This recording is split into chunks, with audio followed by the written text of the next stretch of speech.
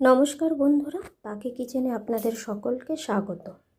আজকে আমি রান্না করেছিলাম চিকেন কিমা দিয়ে ছোলা মটর, যেটাকে আমরা কাবলি ছোলা বলে থাকি। তো আমি আজকে দেখুন কিভাবে কাবলি ছোলা রান্না করি। সবাই কম বেশি এই রান্না করে থাকেন, খেতেও নিশ্চয়ই সুস্বাদু হয়। তো আজকে আমি একটু অন্যরকম করার চেষ্টা করেছি। তো দেখুন, এইভাবে করলে কাবলি ছোলার স্বাদও অনেকটা বেড়ে যায়। প্রথমে কাবলি ছোলাটাকে আমি ভিজিয়ে রেখেছিলাম ওভারনাইট। তারপরে এটাকে আমি সিদ্ধ করে নিয়েছি। সিদ্ধ করার সময় আমি এর মধ্যে দিয়েছি লঙ্কা, দারচিনি, লবঙ্গ, একটা গোটা আলু, টমেটো আর হলুদ দিয়ে আমি এটাকে 3-4 সিটি দিয়ে ভালো করে এটাকে সিটি মেরে নরম করে নিয়েছি, সেদ্ধ করে নিয়েছি।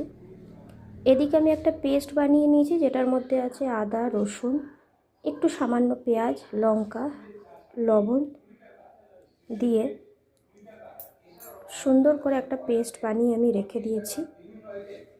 এদিকে আমি চিকেন কিমাটাকে শুধু লবণ আর হলুদ দিয়ে ম্যারিনেট করবো, আর কিচ্ছু দেবো না এর মধ্যে। দিয়ে এটাকে এরকম ঢাকা দিয়ে রেখে দেবো। কড়াইতে আমি এরপরে সামান্য তেল দিয়ে তেজপাতা, সামান্য জিরে ফোড়ন দেব। ফোড়ন দিয়ে যে বাকি পেঁয়াজটা আছে সেটাকে আমি হালকা করে ভেজে নেব।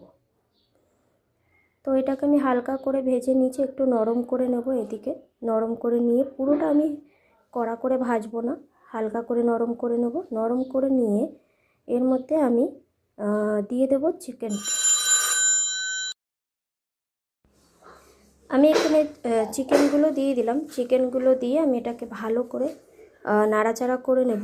নাড়াচাড়া করে নেওয়ার পরে চিকেনগুলো দিয়ে আমি ভালো করে নাড়াচাড়া করে নিয়ে এর মধ্যে সেই পেস্টটা দিয়ে দিলাম, আদা রসুনের পেস্টটা। এরপর আমি চিকেনের সাথে ভালো করে এটাকে কষিয়ে নেব সুন্দর করে, যাতে আদা রসুনের গন্ধটা চলে যায়। আদা রসুনের গন্ধটা চলে গেলে আমি এর মধ্যে মশলা অ্যাড করেছি। ধনে গুঁড়ো 1/2 চামচ, 1 চামচ জিরে গুঁড়ো, কাশ্মীরি লঙ্কা আর গোলমরিচের গুঁড়ো। একটু সামান্য জল দিয়ে, যাতে মশলাটা পুড়ে না যায়, ভালো করে আমি এটাকে কষিয়ে নিয়েছি সুন্দর করে। যতক্ষণ না তেল ছাড়বে ততক্ষণ আমি কষিয়ে নেব।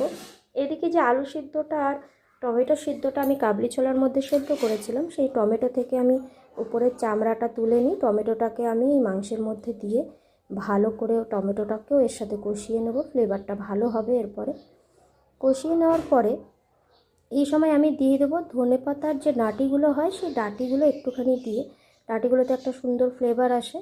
একটু নাড়াচাড়া করে আলু সিদ্ধটা এর মধ্যে মিশিয়ে দেবো। অলমোস্ট আমাদের চিকেন কষা রেডি হয়ে এসছে।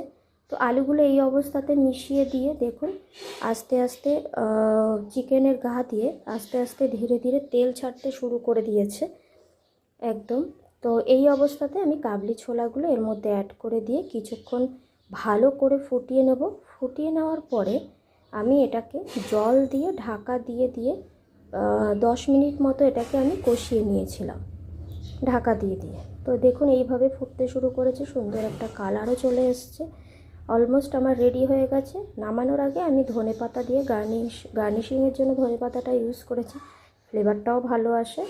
দিয়ে একটু ফুটিয়ে আমি এটাকে নামানোর আগে একটু গরম মশলাও আমি দিয়েছি, গরম মশলা দিয়ে নামিয়ে নেব।